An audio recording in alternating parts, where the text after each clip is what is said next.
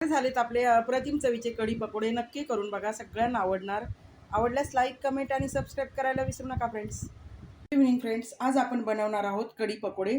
कढी पकोडे बनवण्यासाठी लागणारं साहित्य, इकडे मी हरभऱ्याची डाळ म्हणजे चणा डाळ 1.5 वाटी घेतली होती आणि उडदाची डाळ 1 वाटी घेतलेली.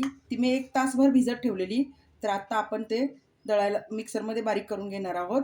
तर त्याच्यामध्ये लागणारं साहित्य, इकडे मी 1 इंच आलं घातलेलं आहे, 4 पाकळ्या लसूण आहे, 3 मिरच्या मी तुकडे करून घेतल्यात, थोडासा कांदा आहे आणि आणखीन आपल्याला कोथिंबीर लागेल आणि जिरा. आपण आता चमचाभर जिरं घालूया आणि मिक्सरवरती बारीक करून घेऊया. मी मिक्सरवरती डाळ बारीक करून घेतलेली आहे. आता आपण चवीप्रमाणे मीठ घालूया, कांदा घातलाय आणि आता आपण हळद घालूया आणि हे पीठ आपण छान मिक्स करून घेऊया. आता आपण चमचाने हे सगळं छान मिक्स करूया. हाताने जरी केलं तरी चालेल, आपला कांदा मस्तपैकी त्यात मिक्स होईल. तर मी हातानेच करते. आता 1 चमचा आपण तांदळाचं पीठ घालूया, त्यामुळे काय होतं, भजी कुरकुरीत होतात आणि तेल जास्त पिणार नाहीत. या पद्धतीने मी पीठ तयार करून घेतलंय. आता आपण याचे पकोडे बनवूया. तुम्ही भजी बोलू शकता, भजी आणि पकोडे एकच प्रकार आहे. तर आपण आता तळून घेऊया.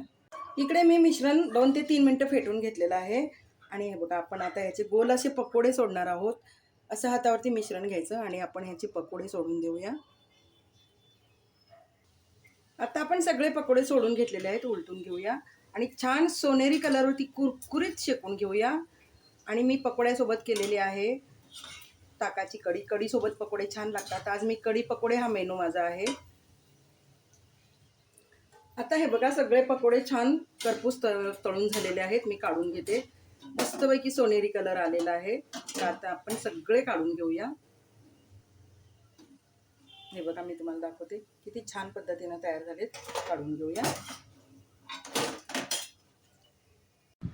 इकडे मी या पद्धतीने कढी तयार करून घेतलेली आहे. त्याच्यामध्ये पकोडे सोडलेले आहेत. कढीची रेसिपी मी दाखवलेली नाही आहे, कारण या अगोदर मी कढीच्या रेसिपीच्या 2-3 रेसिपी टाकलेल्या आहेत, त्यामुळे ती तुम्ही पाहू शकता.